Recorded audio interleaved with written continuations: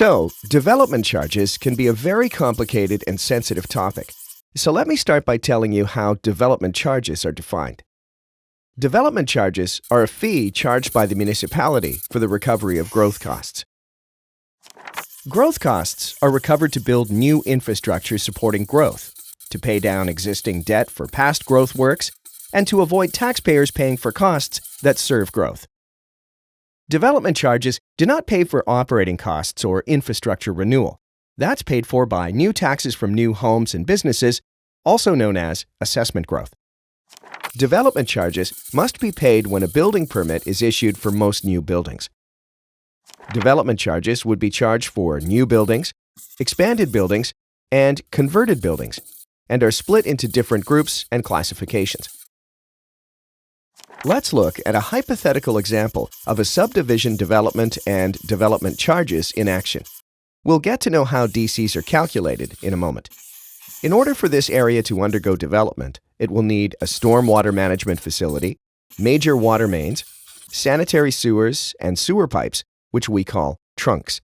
With these major services now available, the developer of the land can undertake the planning needed to lay out street patterns and other servicing needs.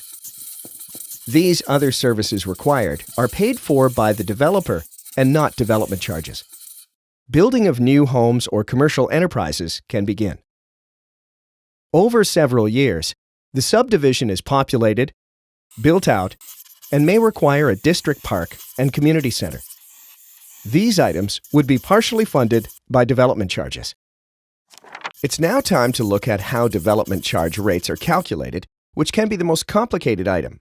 But first, it's important to know that all municipalities in Ontario must follow the Development Charges Act, which outlines rules municipalities must follow for setting a development charge rate.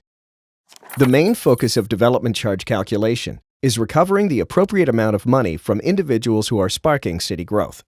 In simple terms, the rate is calculated as follows. The total dollar value of major growth projects, which is made up of the number of major growth projects, timing of projects, and post-period benefit, as well as other factors. This is then divided by the projected growth to be sparked by projects, which is made up of the amount of forecasted units in space and splits by development type. Okay, let's recap what we have learned. 1. Development charges are fees collected by a municipality for the recovery of growth costs. 2. Development charges are governed by the Province of Ontario under the Development Charges Act.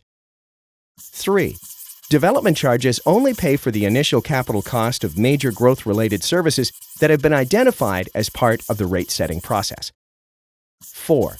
Development charges are paid by individuals or entities looking to construct new buildings, expand buildings, or convert buildings for a different use.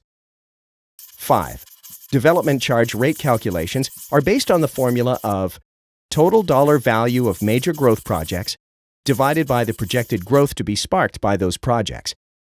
And that explains how your city uses development charges to pay for growth.